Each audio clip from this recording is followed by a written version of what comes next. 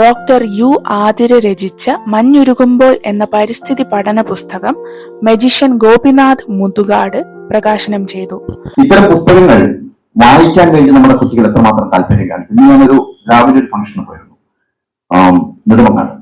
പാപ്പർക്കാട് വിദ്യാഭ്യാസ മന്ത്രി ഉണ്ടായിരുന്നു. പക്ഷെ അവിടെ ഒരു 2-3 സിനിമാ താരങ്ങളെ കൊണ്ടുവന്നു. ഇപ്പൊ ഈ അടുത്തിറങ്ങിയ ഒരു സിനിമയിലുള്ള ആ സിനിമയാണെങ്കിൽ വളരെ മോശമായിട്ട് സന്ദേശം കൊടുക്കുന്ന സിനിമയിലുള്ള 1-2 ആക്ടേഴ്സ് ഉണ്ടായിരുന്നു. അപ്പോ വിദ്യാഭ്യാസ മന്ത്രി +2 കഴിഞ്ഞ വിദ്യാർത്ഥികളോടൊക്കെ ഇപ്പൊ നമ്മുടെ സമ്പ്രദായമൊക്കെ മാറാൻ പോവാണല്ലോ. 4 വർഷത്തിലേക്ക് മാറുന്നു, പിന്നെ BA ഓണേഴ്സ് ആയിട്ട് മാറുന്നു, അതിനുശേഷം PhD എടുക്കാനുള്ള സംവിധാനം ഉണ്ടാവും. ഇതിനെപ്പറ്റിയൊക്കെ വിശദമായിട്ട് സംസാരിച്ചുകൊണ്ടിരിക്കുമ്പോൾ മുമ്പിലിരിക്കുന്ന കുട്ടികളെ സംബന്ധിച്ച് ഇതൊന്നും കേൾക്കുന്നില്ല. ഇതിലേക്കൊന്നും അവരുടെ ശ്രദ്ധയില്ല. അവര് ഈ മൊബൈൽ ഫോണിനകത്ത് ഈ ആക്ടേഴ്സിന്റെ ഫോട്ടോ എടുക്കുന്നു, അതിനുശേഷം ഈ ആക്ടേഴ്സ് ശ്രദ്ധിക്കാൻ വേണ്ടിയുള്ള ആക്ഷൻസ് കാണിച്ചുകൊണ്ടിരിക്കുന്നു. അപ്പൊ നമ്മുടെ യുവതലമുറ സ്വാഭാവികമായിട്ടും അങ്ങോട്ട് മാറിക്കൊണ്ടിരിക്കുന്ന ഈ ഒരു സന്ദർഭത്തില് അവരെ ശ്രദ്ധിപ്പിക്കാൻ വേണ്ടി ഇത്തരം കാര്യങ്ങൾ, ഇത്തരം കഥകൾ ഇതിന്റെ ആമുഖമായിട്ട് ചേർക്കുക. ഓരോ കഥയും വായിക്കുന്ന സമയത്ത് ആ കഥയിൽ നിന്ന് അറിയാതെ ഒരു മിഠായി കഴിക്കുന്ന സമയത്ത് ഉണ്ടാവുന്ന ഒരു സുഖം ആ പുസ്തകത്തിന് കിട്ടുന്നു എന്നുള്ളതാണ്. പ്രൊഫസർ VN മുരളി പുസ്തകം ഏറ്റുവാങ്ങി. നമ്മുടെ സാഹിത്യകാരന്മാരിൽ കവികളുമാണ് ഏറ്റവും കൂടുതൽ ഈ പാരിസ്ഥിതിക നാശത്തിൽ ക്ഷോഭിച്ചിട്ടുള്ളത്. ഒരു കവിയുടെ ക്ഷോഭം നമ്മളെല്ലാം കേട്ടിട്ടുണ്ട്.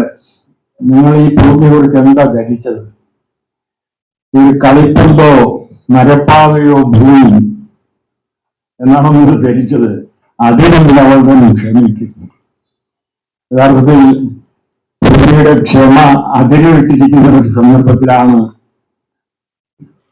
ഡോക്ടർ ആതിരയുടെ ഈ പുസ്തകം നമ്മളിവിടെ മുതുകാടും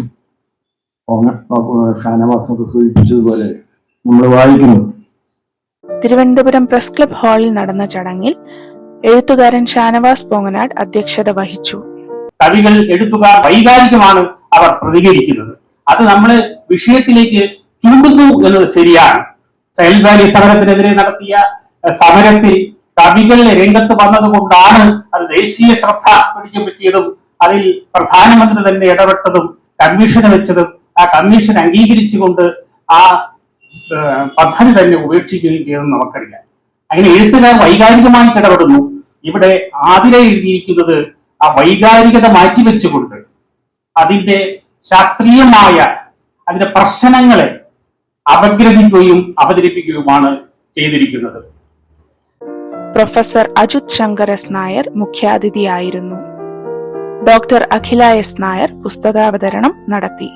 ചിത്രകാരൻ Karakkam Mandapam Vijayakumar, doctor U Athira, Rukma M Nair എന്നിവർ സംസാരിച്ചു.